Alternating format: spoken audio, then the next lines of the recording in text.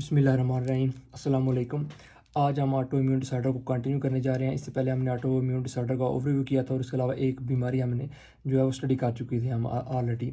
आज हम next step को कंटिन्यू करेंगे और 2 से 3 डिसऑर्डर को आज हम स्टडी करेंगे। तो सबसे पहले हम जो स्टडी करने जा रहे हैं ऑटो इम्यून डिसऑर्डर वो है सिस्टेमिक लूपस अरिथमेटिस, जिसे हम यूजुअली लूपस भी कहते हैं। अच्छा, सिस्टेमिक लूपस अरिथमेटिस के बारे में आपको बता दूँ। सबसे पहले तो ये कि ऑटो इम्यून डिसऑर्डर है, एक ये बात होगी। दूसरा, ये सिस्टेमिक डिसऑर्डर यानी कि ये डिफरेंट बॉडी के जो सिस्टम्स हैं उन्हें अफेक्ट करेगी और इसके जितने भी सिम्टम्स वगैरह हो गए, क्लिनिकल फीचर्स वगैरह हो गए, वो पूरी बॉडी के डिफरेंट सिस्टम्स के अंदर ही मौजूद होंगे।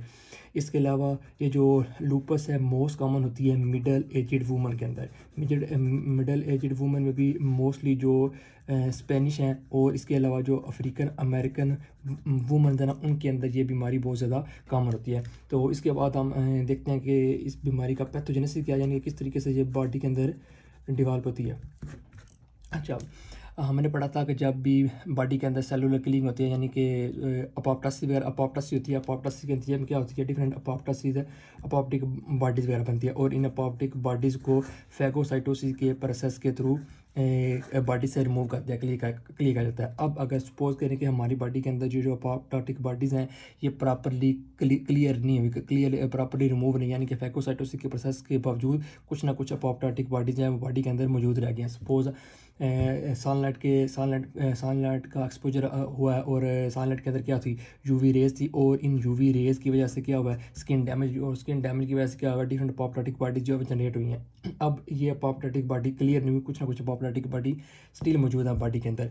ये अपोप्टोटिक बॉडी क्या करेंगे, ये अपोप्टोटिक बॉडी जो हमारी बॉडी के अंदर जो ऑलरेडी मौजूद हैं self reactive lymphocytes, self reactive lymphocyte, इन लिम्फोसाइट को क्या कर देगी, एक्टिवेट कर देगी। अब जब ये सेल्फ रिएक्टिव लिम्फोसाइट एक्टिवेट हो गए, ये क्या प्रोड्यूस करेंगे, ये प्रोड्यूस करेंगे एंटीबॉडीज़। और ये एंटीबॉडीज़ किसके साथ अटैक करेंगी, हमारी बॉडी के अंदर जो हमारी बॉडी के अपने जो सेल्फ हैं उन सेल को इन सेल के अगेंस्ट काम करेगी। एज रिजल्ट क्या होगा, एंटीबॉडी एंटीजन कम्प्लेक्स बनेगा और जो एंटीबॉडी और एंटीजन जो कम्प्लेक्स है इन्हें डेंड्रिटिक सेल क्या कर लेंगे, पिक कर लेंगे और ये डेंड्रिटिक सेल के अंदर ही मौजूद रहेंगे। अब जब ये प्रोसेस चलता रहता है तो क्या होता है, ये वाला जो प्रोसेस है ना सेल्फ रिएक्टिव लिम्फोसाइट के एक्टिवेट होने का, ये फर्दर स्पीड अप होता है। अभी तो सिर्फ एंटीबॉडीज प्रोड्यूस हो रही हैं, ग्रेजुअली क्या होगा, टोल लाइक रिसेप्टर्स जो हैं ये टोल लाइक रिसेप्टर्स भी एक्टिवेट होंगे। टोल लाइक रिसेप्टर किसके ऊपर प्रेजेंट है, ये टोल लाइक रिसेप्टर प्रेजेंट होती हैं टी सेल के ऊपर।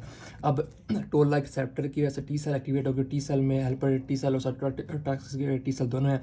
जो हेल्पर टी सेल है उसका क्या काम होता है, वो हमारी बॉडी का जो जनरली जो इम्यून रिस्पॉन्स है उसकी हेल्प करता है। वो एंटीबॉडीज़ की प्रोडक्शन में भी हेल्प करता है, एंटीबॉडी क्लास स्विचिंग में भी हेल्प करता है। एज रिजल्ट क्या होगा, एंटीजन भी ग्रेटर लेवल पे प्रोड्यूस होंगी और जो एंटीबॉडी एंटीजन कम्प्लेक्स है ये ग्रेटर लेवल पे प्रोड्यूस होएगा।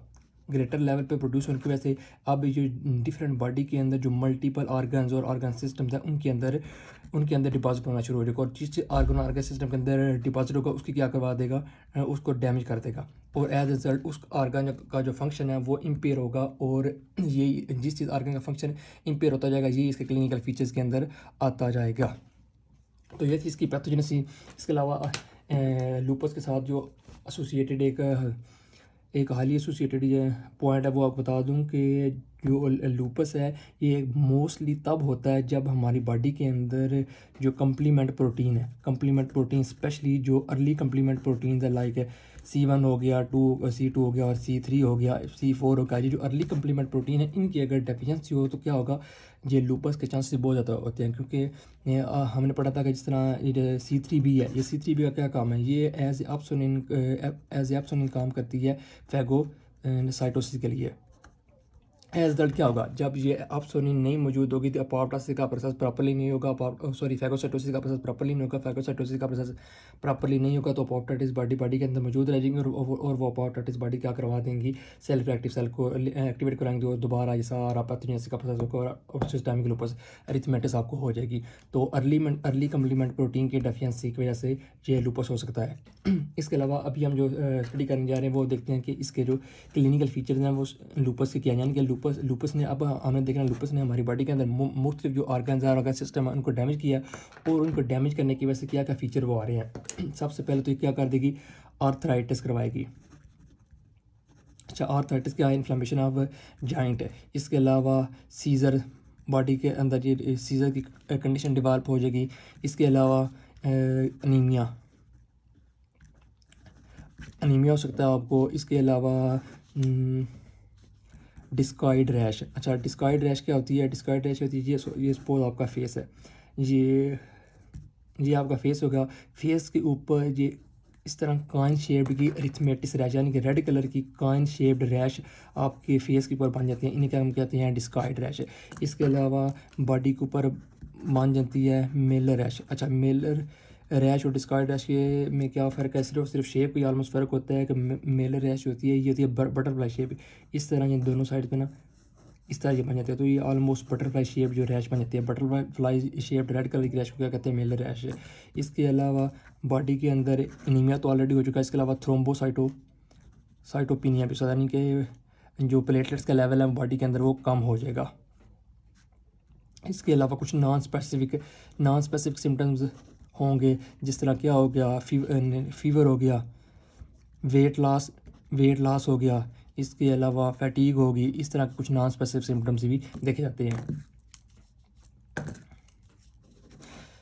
इसके अलावा क्या होगा? अल्सर्स, स्पेशली नेज़ोफरेंजियल अल्सर्स देखे जाएंगे कि मोस्टली जो म्यूकोसल लाइनिंग है ये सिस्टेमिक लूपस एरिथमेटिक की वजह से क्या हो जाएगी? डैमेज हो जाएगी। उसके नतीजे में क्या होगा? अल्सर होगा, स्पेशली ये नेज़ोफरेंजियल अल्सर है।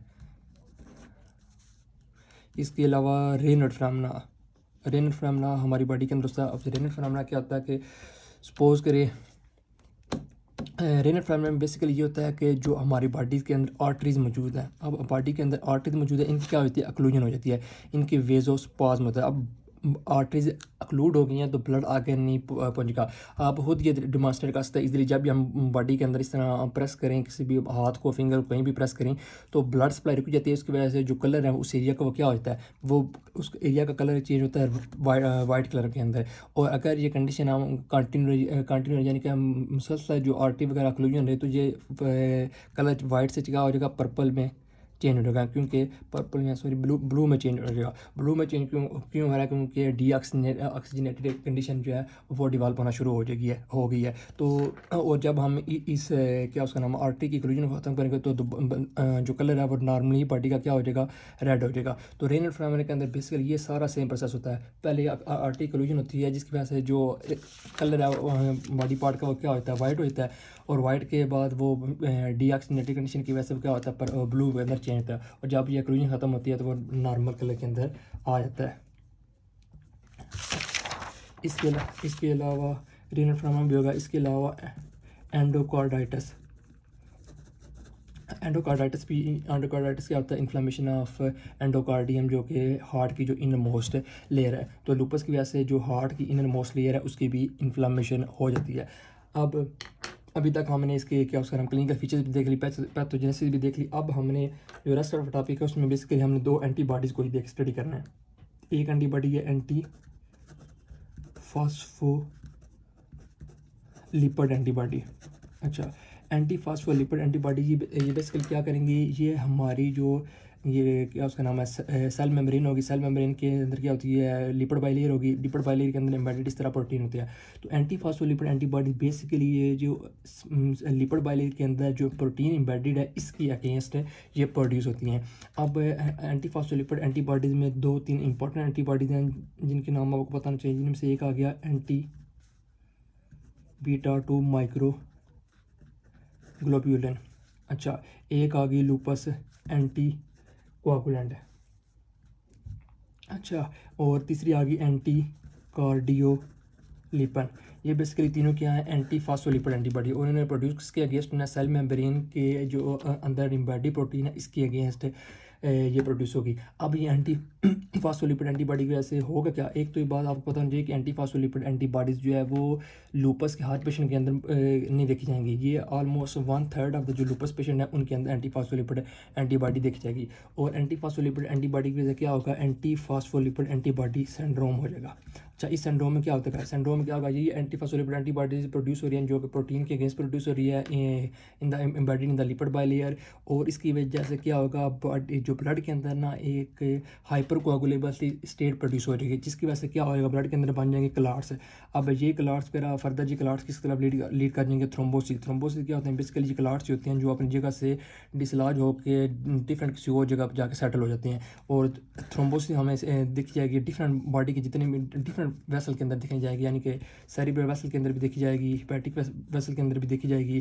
ठीक हो गया। इस तरह का डिफरेंट जो वेसल है डी वेंस के अंदर भी, the veins of lower limb के अंदर भी देखी जाएंगी। इस तरह बॉडी के डिफरेंट जो वेन्स हैं उनके अंदर ये थ्रोम्बोसिस की कंडीशन जो है वो डिवेल्प हो जाएगी, किसकी? एंटीफॉस्फोलिपिड एंटीबॉडी सिंड्रोम की वजह से। और इसका ट्रीटमेंट क्या है? वही एंटीकोगुलेंट्स थे, यानी कि क्लाट्स को ख़त्म करने के लिए हमने एंटीकोगुलेंट्स दिए ताकि ये क्लाट्स फिर जो है ख़त्म हो जाए और बॉडी के अंदर जो हाइपर कोagulable स्टेट है वो ख़त्म हो जाए।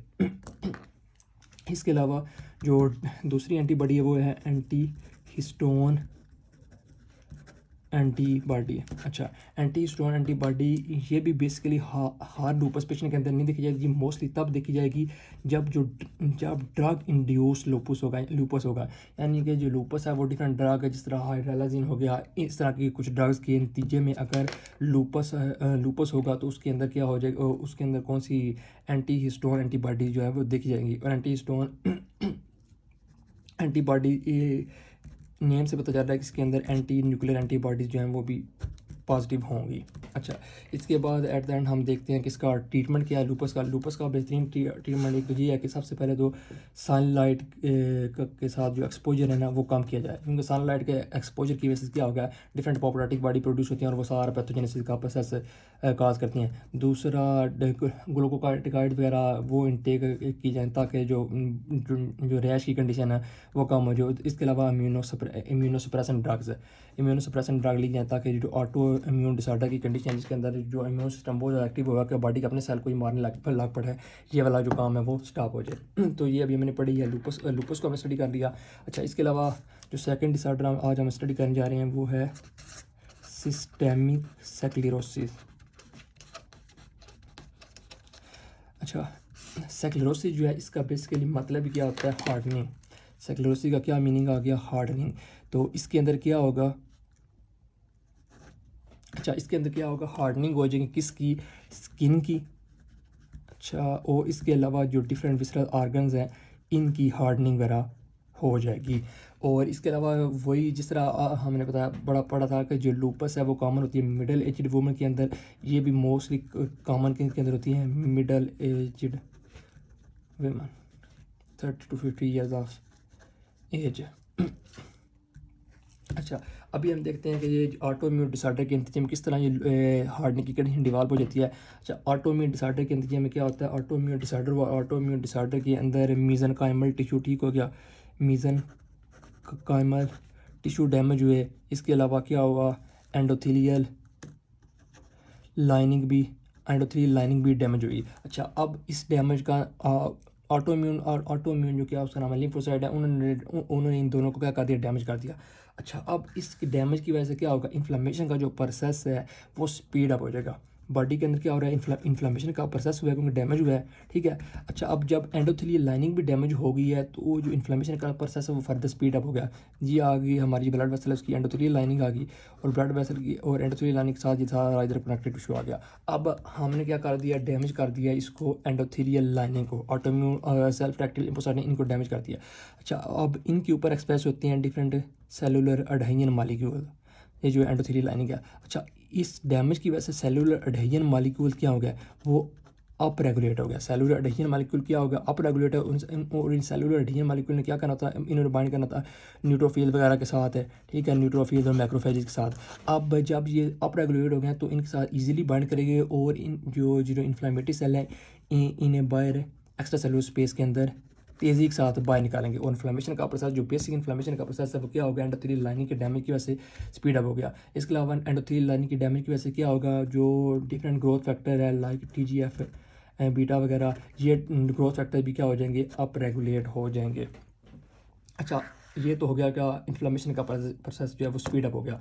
अच्छा, जब भी इन्फ्लेमेशन स्टार्ट होती है तो साथ इसके जो दूसरा प्रोसेस है हीलिंग का प्रोसेस, वो भी स्टार्ट हो जाए। इन्फ्लेमेशन क्यों होती है? बेसिकली इन्फ्लेमेशन तब होती है जब बॉडी के अंदर कोई डैमेज आ जाए या उस पर जब कोई फॉरेन इन्वेडिंग एजेंट आ जाए, तो इस फॉरेन इन्वेडिंग एजेंट को ख़त्म करने के लिए क्या हो जाती है, इन्फ्लेमेशन होती है। इसके अंदर जब इन्फ्लेमेटरी सेल जब बढ़ जाती हैं उस पैथोजन के पास और उसे ख़त्म करके आ जाते हैं। तो इसलिए साथ ही इन जो हीलिंग का प्रोसेस है वो इन्फ्लेमेशन बिगिन हुई, उसके साथ हीलिंग का प्रोसेस भी स्टार्ट हो जाता है ताकि जब जो इन्फ्लेमेशन वगैरह के नतीजे में जो फॉरेन इन्वेडिंग एजेंट है वो ख़त्म हो जाए, तो ये जो सारा निज़ाम ख़राब हुआ है, इन्फ्लेमेशन की कंडीशन आई, एंडीमा की कंडीशन डेवलप हुई, ये सारी सारी सब कुछ नॉर्मल हो जाए। अच्छा, तो एज रिजल्ट क्या होगा, हीलिंग का प्रोसेस भी क्या होगा, स्पीड अप होगा। अच्छा, हीलिंग प्रोसेस के नतीजे में क्या होगा, फाइब्रोब्लास्ट एक्टिवेट होंगे। फाइब्रोब्लास्ट ने एक्टिवेट होने के बाद क्या किया, कोलेजन को डिपॉजिट करना शुरू कर दिया। अच्छा, अब ये जो कोलेजन डिपॉजिट होगी, ये एक्सेसिव अमाउंट में कोलेजन डिपॉजिट होना जारी रहेगा। अच्छा, इनिशियली तो जो कोलेजन डिपॉजिट होगी है वो क्या करेगी, वो क्या होगी, पेरीवस्कुलर होगी, यानी कि जो ब्लड वेसल है उनके सराउंडिंग में ही होगी। अच्छा, इनिशियली तो पेरीवस्कुलर है और उसके नतीजे में क्या होगा, हार्ड जो ब्लड वेसल है उनकी हार्डनिंग वगैरह स्टार्ट होना शुरू हो जाएगी ब्लड वेसल के सराउंडिंग एरिया में ना।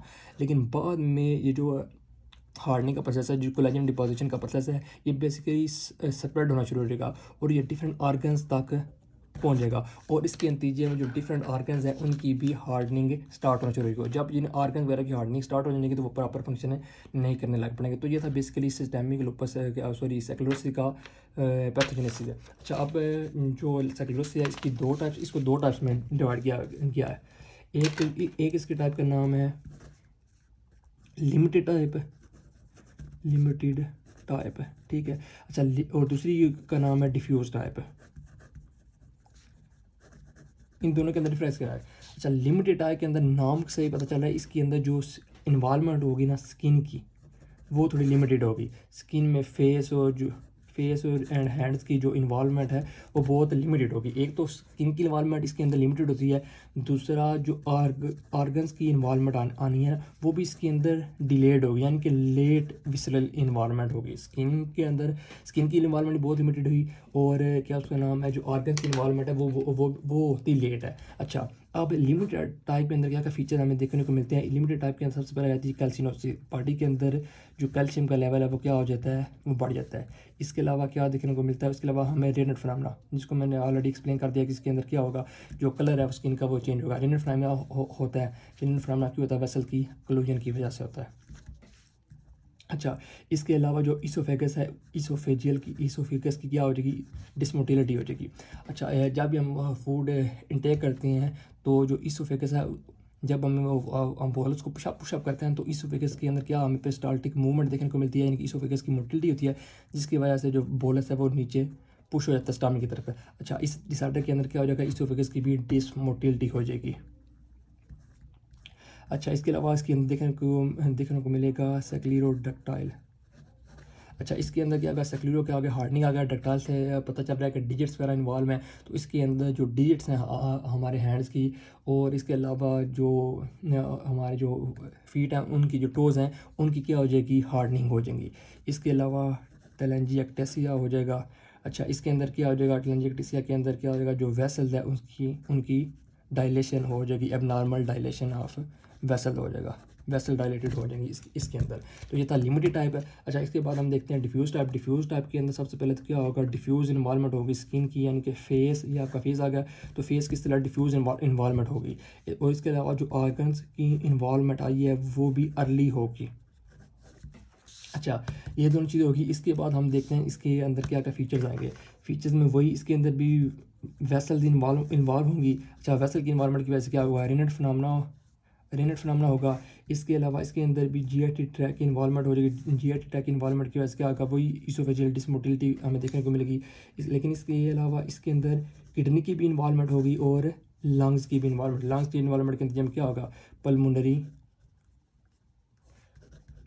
हाइपरटेंशन हमें देखने को मिलेगी। अच्छा, तो ये होगी लिमिटेड टाइप और डिफ्यूज टाइप है।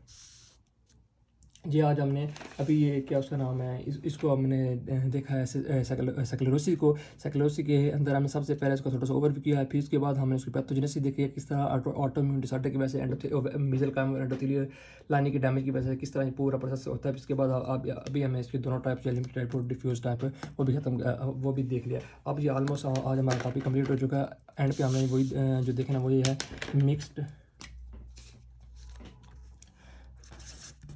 Mixed connective tissue disease. अच्छा इसके अंदर क्या होता है, ये भी ऑटोइम्यून डिसऑर्डर है। इस ऑटोइम्यून डिसऑर्डर के अंदर बॉडी के जो है वो डिफरेंट मल्टीपल टिश्यूज़ वगैरह है वो डैमेज हो गई है, और इनके अंदर लेकिन इसके अंदर जो फीचर्स होंगे वो वही मिक्स का पता चल रहा है। इसके अंदर वही सिस्टेमिक लूपस एरिथमेटिस के भी फीचर्स आएंगे, इसके अलावा स्क्लेरोसिस के वगैरह के भी फीचर आएंगे, यानी कि डिफरेंट ऑटोइम्यून डिसऑर्डर के जो फीचर्स हैं वो कंबाइन होकर इस मिक्स कनेक्टिव टिश्यू डिसऑर्डर के अंदर आएंगे, और इनके अंदर भी एंटी न्यूक्लियर एंटीबॉडीज़ देखने को मिलेगी। तो ये था आज का हमारा टॉपिक ऑटोइम्यून डिसऑर्डर का। आज हमने ऑटोइम्यून डिसऑर्डर को ख़त्म कर दिया आज, तो आज ये टॉपिक वाइंड अप हो गया है।